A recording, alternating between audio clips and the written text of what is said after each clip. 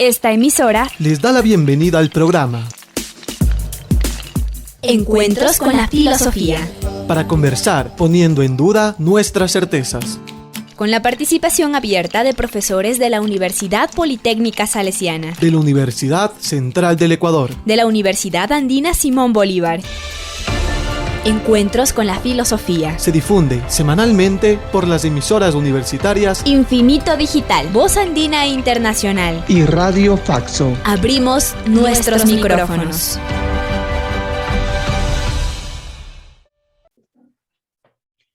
Bienvenidos y bienvenidas al programa semanal Encuentros con la Filosofía.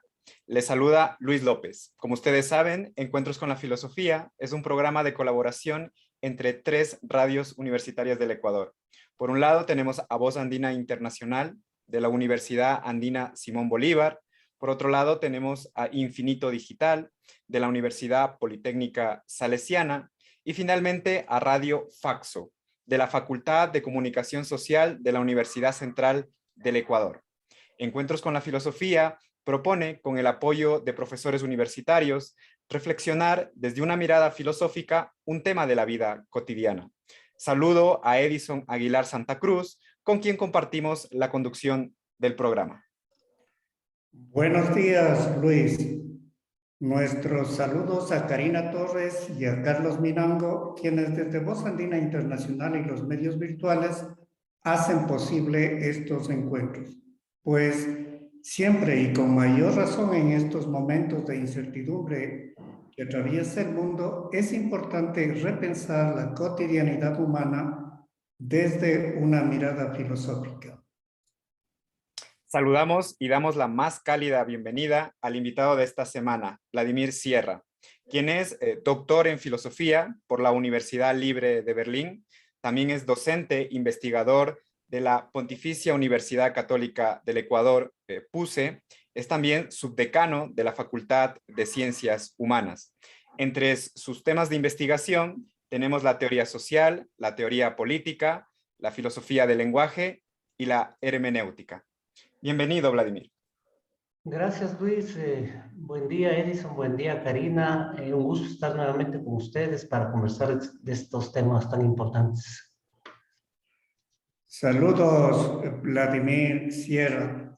En este encuentro con la filosofía abordaremos la temática verdad. En el primer segmento, Vida Cotidiana, conversaremos sobre el uso cotidiano de la palabra verdad. En el segundo, Miradas Filosóficas, Vladimir Sierra nos presentará algunas miradas de la filosofía al concepto verdad. Y en ¿Qué más encontrar? Nuestro invitado compartirá sus recomendaciones y sugerencias para profundizar las reflexiones acerca de la temática verdad. Luis. Esta semana, como anunció Edison, empezamos este encuentro con la filosofía con la temática verdad en la vida cotidiana. El problema acerca del concepto de verdad ha sido un tema recurrente en el campo de la filosofía, que se ha trabajado desde diversos enfoques y posiciones, incluso muchas veces contrapuestos.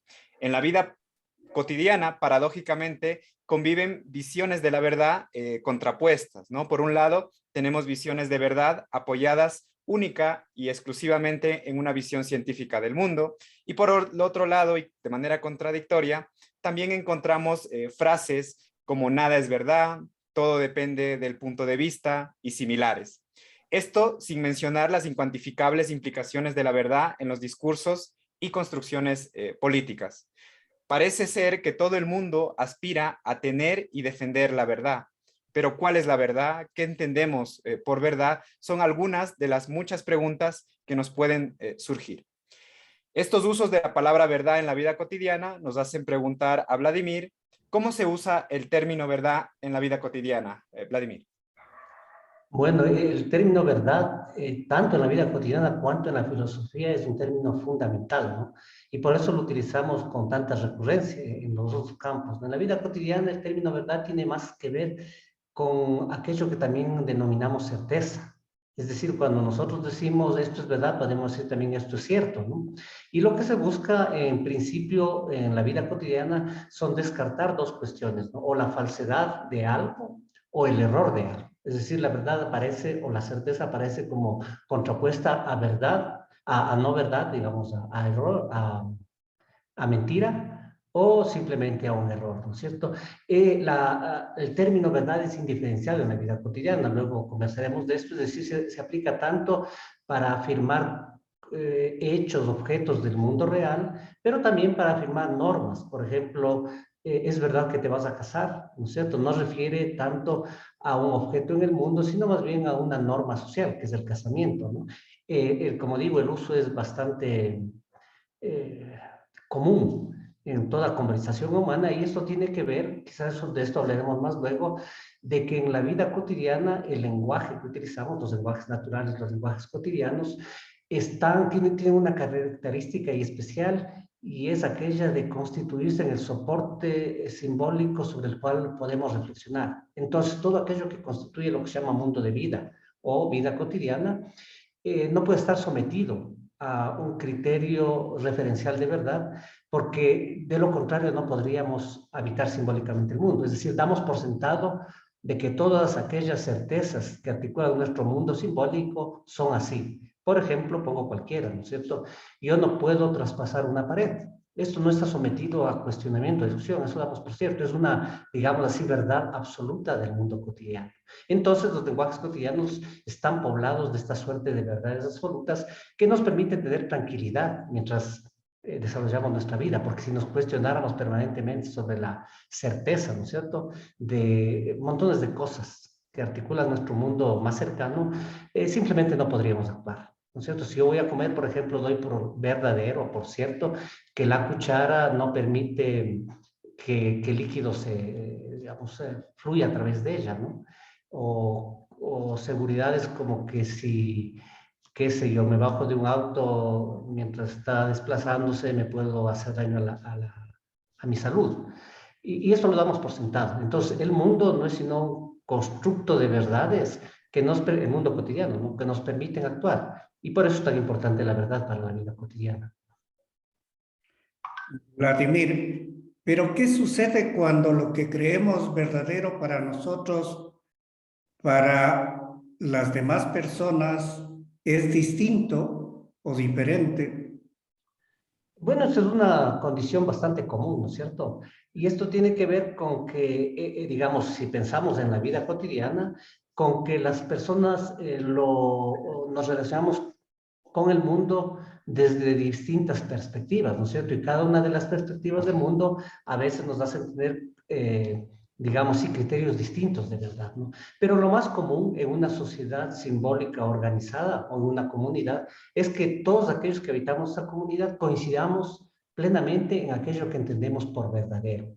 Cuando aparece algo en disputa, cuando, digamos, aparecen dos puntos de vista, generalmente es cuando se enfrentan dos, digamos así, universos simbólicos distintos, ¿no? Y ahí pueden, por ejemplo, la conquista de América produjo una serie de inadecuaciones en torno a la verdad. ¿Por qué? Porque confluyeron en un mismo espacio dos mundos distintos, dos mundos simbólicos de modo diferente, constituidos.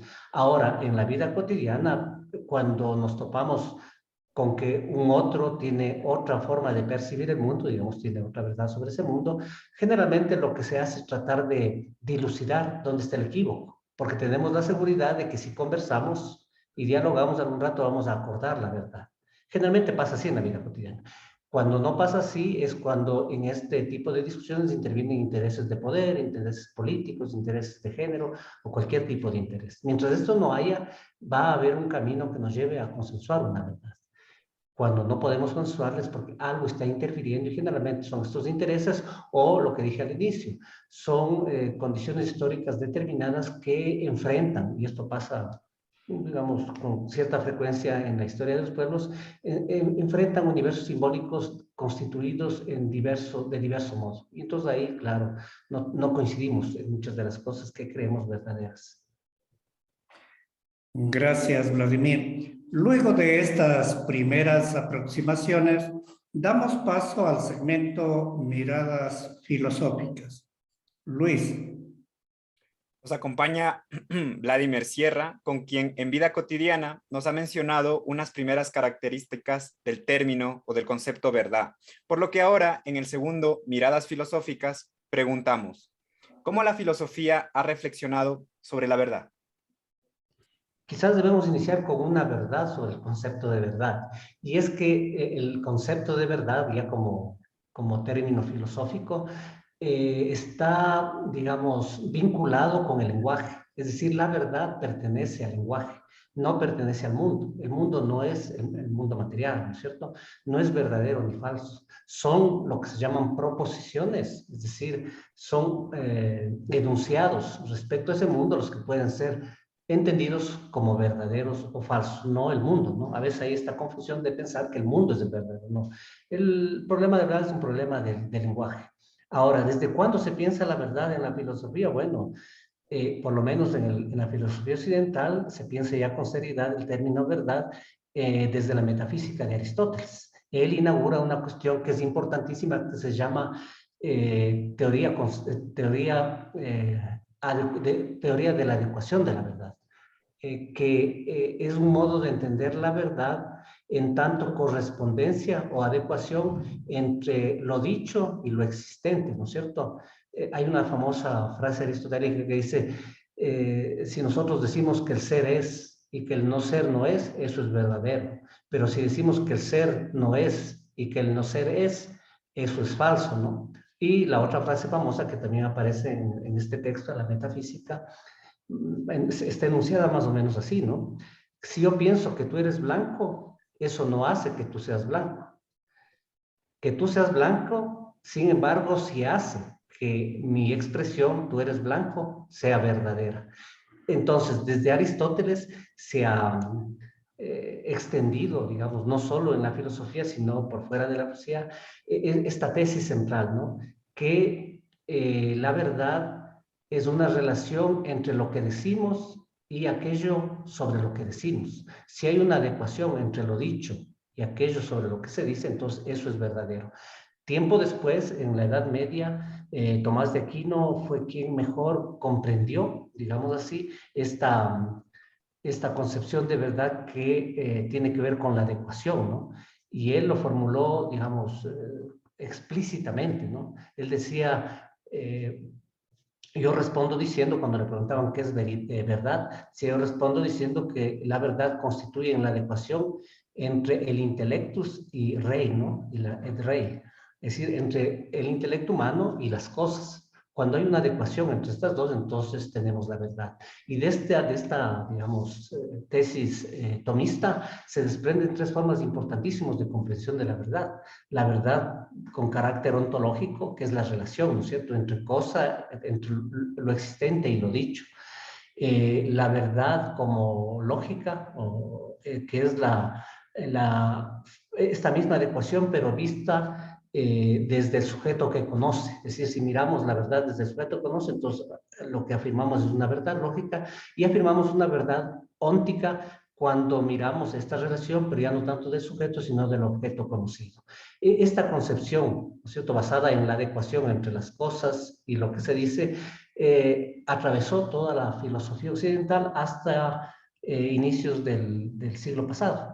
A fines del siglo XIX e inicios del XX hay un cambio fundamental en la forma de comprender el lenguaje, lo que se conoce como el giro lingüístico en filosofía, que, digamos, sacudió esta noción de verdad y comienza a ser cuestionada, ¿no? Por muchas razones, porque esta teoría de adecuación de verdad, siendo muy importante, no deja de ser inocente. ¿Y inocente en qué sentido? En suponer que existe un mundo independientemente de las construcciones lingüísticas, ¿no es cierto? Es decir, si hay esta adecuación entre los objetos del mundo o los hechos del mundo, por un lado, y aquello que decimos sobre estos objetos, presupone esta afirmación que el mundo existe con independencia de nuestro lenguaje.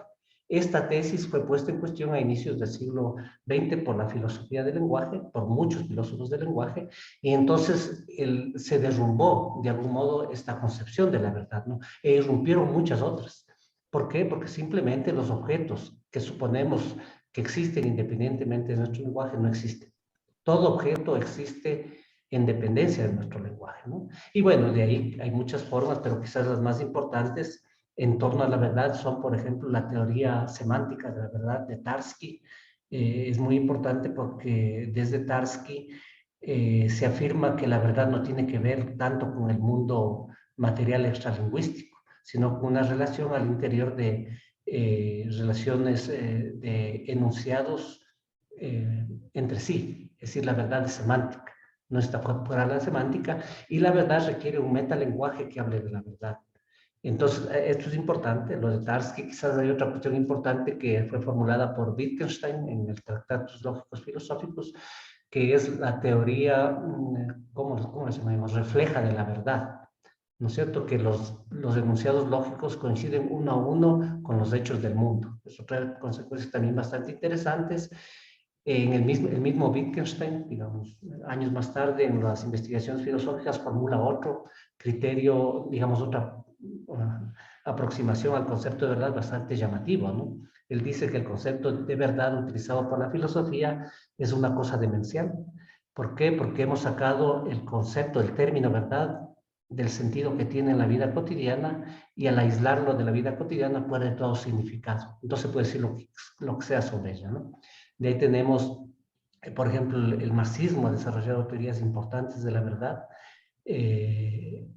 tanto Marx en las tesis sobre Feuerbach, pero quizás quien mejor lo trató es, hay un texto que se llama Dialéctica de lo Concreto, de Karel Kosik, donde se puede encontrar un concepto muy elaborado, un concepto dialéctico de verdad, que el tiempo aquí nos va a permitir explicarlo. Y de ahí quizás lo más cercano que tenemos es el concepto consensual de verdad y el concepto de verdad basada en los discursos, que fue desarrollado sobre todo por la segunda generación de la Escuela de Frankfurt en un debate abierto entre Appel, Habermas, Bellman y algunos filósofos del lenguaje norteamericano, ¿no? Hilary Putnam, Richard Rorty, etc., ¿no? Y digamos, eso es lo más discutido sobre el término verdad. Y bueno, finalmente tenemos lo que ahora se discute mucho en política, que es la posverdad, ¿no? Que tiene origen quizás en las concepciones, en las críticas al concepto de verdad, impulsadas por el pensamiento posmoderno. Creo que ahí tenemos un fresco bastante grande de la discusión filosófica sobre la verdad. Por lo dicho, entonces, es incorrecto hablar de la verdad en singular y parecería correcto hablar de verdades en plural. ¿Es Bueno, así? es un tema en discusión, digamos, el concepto, digamos, relativo de verdad y el concepto absoluto de verdad, ¿no? Hay verdades absolutas e incuestionables, como decir, por ejemplo, un triángulo es una figura geométrica de 3 ángulos. Es una verdad incuestionable, absoluta, es decir, nunca va a cambiar, ¿no? O relaciones aritméticas, ¿no es cierto? Son incuestionables. El número 3, sí, pues la cantidad 3 es mayor a la cantidad 2. Son verdades incuestionables, ¿no? Es decir, todas las proporciones de la geometría y de la aritmética son verdades, ¿cómo diríamos? Extratemporales, ¿no es cierto? Es decir, nadie podría tener otra visión frente a una relación geométrica o una relación aritmética. Los seres humanos tendríamos que aceptarla como verdadera, porque esa proposición existe e incluso con independencia de nosotros, ¿no? Ahora, lo curioso de este tipo de proposiciones, según dicen los mismos estudiosos de la lógica, es que son proposiciones tautológicas, pues, ¿no? Es decir, no predican nada más que ya no esté dicho en el sujeto, ¿no? Cuando yo digo triángulo, es una figura de 3 ángulos, en la palabra triángulo está contenido la predicación. Entonces, claro que es una verdad absoluta, pero es tautológica, ¿no es cierto? Ahora, la discusión que introdujo Kant en la crítica a la razón pura, digamos, problematiza mucho más esto, ¿no? Kant buscaba los famosos juicios sintéticos a priori, ¿no? Porque juicios analíticos a priori son justamente estos juicios incuestionables, ¿no es cierto?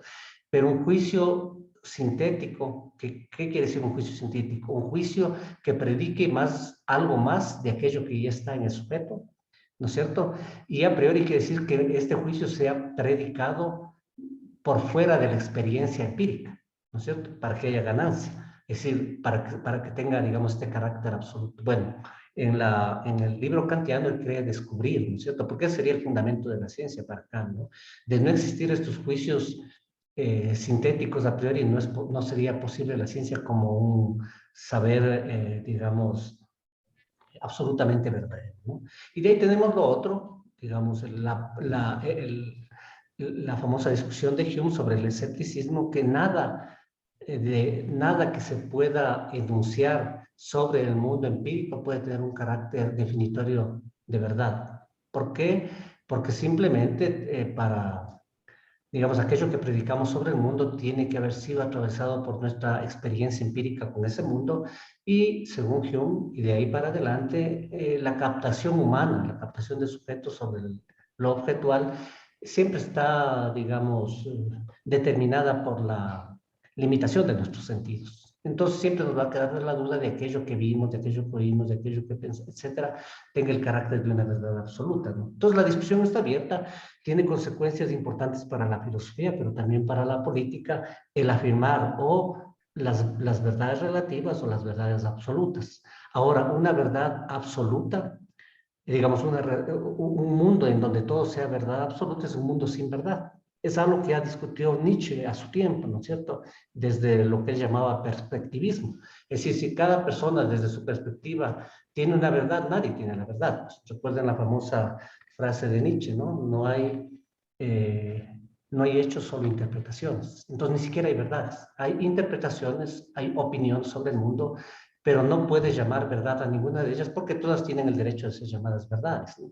Y entonces donde un mundo poblado de verdades relativas es un mundo sin verdad, pues, ¿no? Es un mundo digamos, pues, un mundo carente de verdad, porque la verdad no juega ningún rol si es que se vuelve absolutamente relativa. Y finalmente, desde el marxismo ortodoxo, en cambio, hay una concepción de la verdad complementaria, dialéctica. Hay verdades absolutas y hay verdades relativas, ¿no?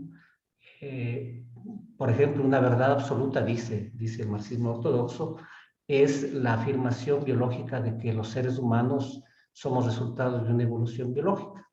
O sea, no aparecimos tal y cual somos, sino que hemos evolucionado quizás de otras especies. Es una verdad absoluta.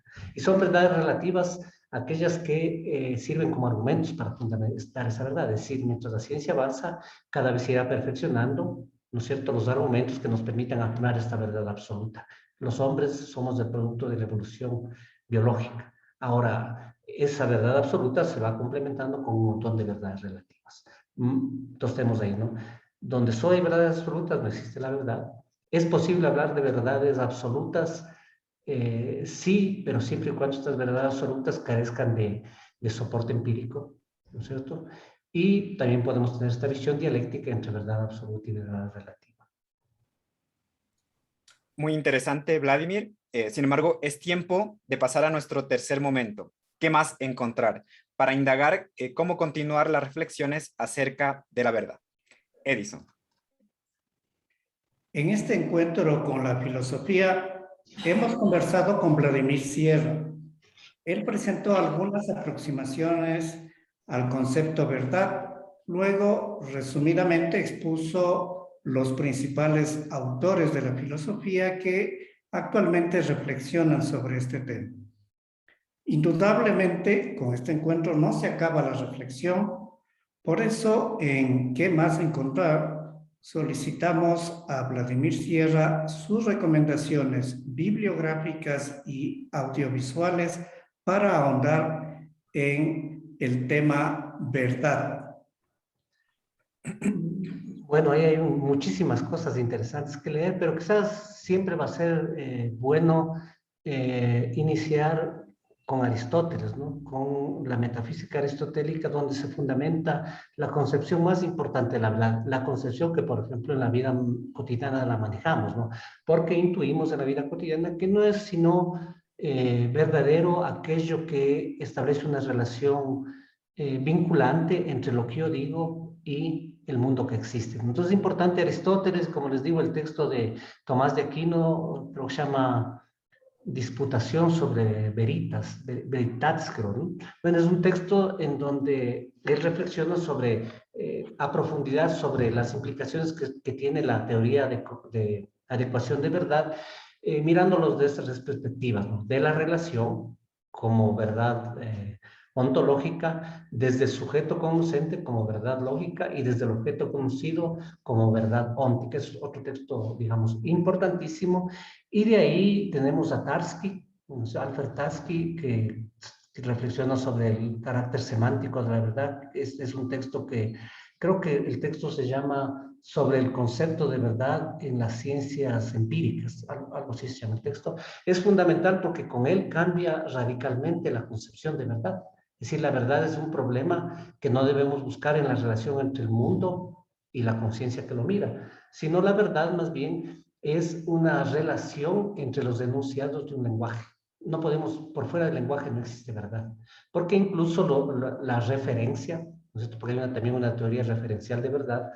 La referencia, el objeto referencial del enunciado verdadero, no es el objeto de la naturaleza, digamos, el objeto puro, ¿no? Sino es un objeto ya permeado, y esto lo dice Peirce, permeado por digamos, muchas capas ya de significación. Y ahí quizás el texto de Frege también es importante, la introducción de sentido y significación, que son términos que usa para no usar el término objeto de referencia y sujeto de conocimiento, ¿no?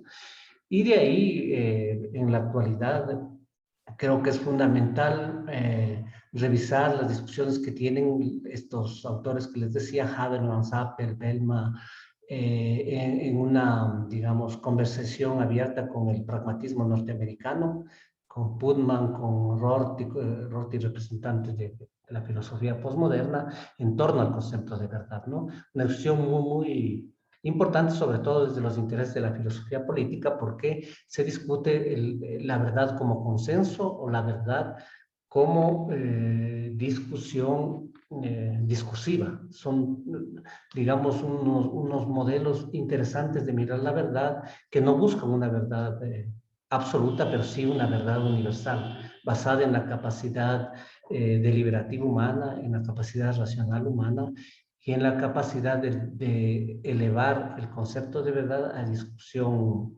metalingüística. Esto es interesante y finalmente, digo, no deberíamos descuidar mirar también todo lo que ahora se está produciendo sobre la posverdad, ¿no? Que es un término no solo en la ciencia política, que supone que la posverdad es una suerte de mentira emocional, ¿no es cierto?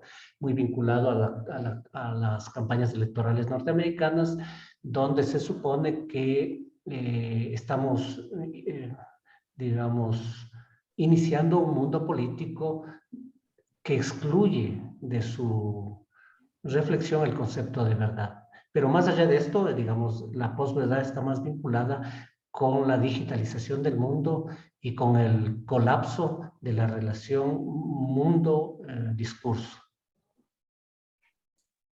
Vladimir, no cabe duda de que se abren muchas interrogantes, por lo que para cerrar este encuentro te preguntamos, ¿qué otros términos y conceptos están vinculados al tema de la verdad, ¿no? Ya has mencionado algunos como falsedad, certeza, posverdad. ¿Qué otros términos o conceptos estarían vinculados con la verdad?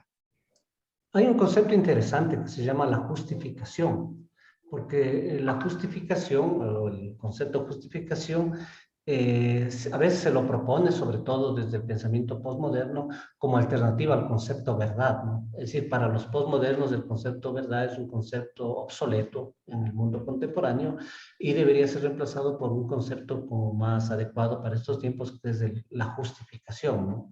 Es decir, un enunciado justifica su existencia siempre y cuando, y entonces puede enunciar muchas cosas, ¿no? Y ya no un enunciado es verdadero, sino un enunciado se justifica por. Es una verdad con carácter, no sé, disminuido. Es una verdad venida a menos, ¿no es cierto? Porque desde el discurso postmoderno se quiere ir más allá de la verdad. La verdad se le entiende como un concepto metafísico que no puede tener espacio en un mundo muy móvil, muy acelerado como el contemporáneo, ¿no?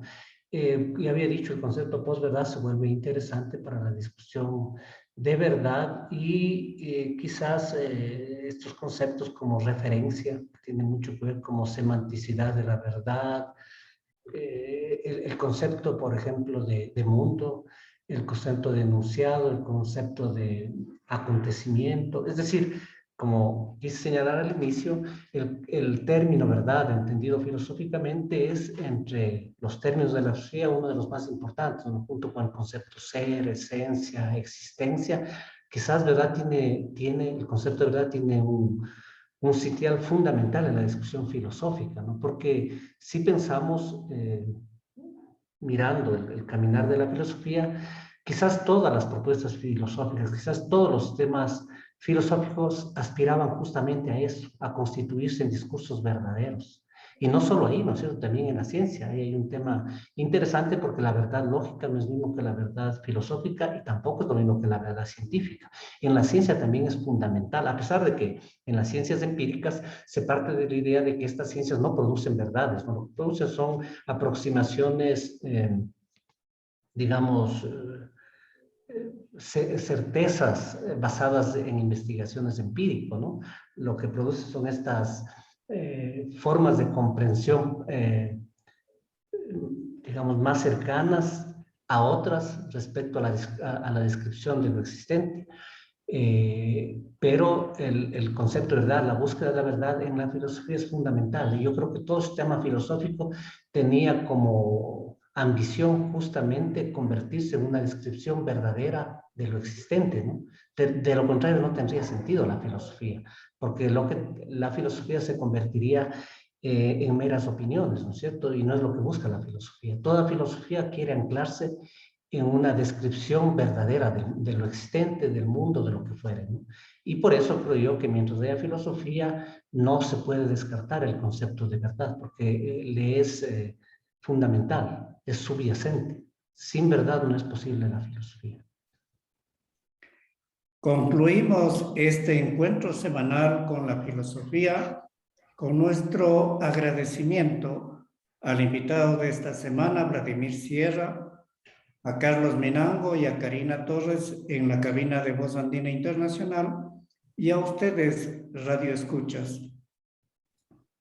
Recuerden, recibimos sus comentarios y sugerencias al correo electrónico encuentrosconlafilosofía@gmail.com. Hasta el próximo Encuentro con la Filosofía. Agradecemos su sintonía a Encuentros con la Filosofía. el programa que impulsa el filosofar como acción compartida desde las radios universitarias. Les invitamos a compartir las próximas emisiones de Encuentros con la Filosofía por esta emisora.